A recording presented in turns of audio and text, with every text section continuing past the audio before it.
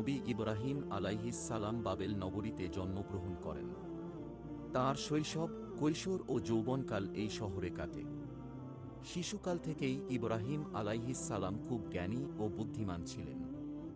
তিনি মূর্তি পূজা পছন্দ করতেন না। তাঁর পিতা আজর ছিল মূর্তি নির্মাতা। তিনি পিতার কর্মকে সমর্থন করতেন না। তিনি বিশ্বাস করতেন যে মানুষের হাতে গড়া মূর্তি মানুষের কোনো উপকার করতে পারে না। এটি তাঁর সামনে চিন্তা গবেষণার রাস্তা খুলে দেয় এবং তিনি মহান আল্লাহ তাআলার পরিচয় লাভ করতে সক্ষম হন।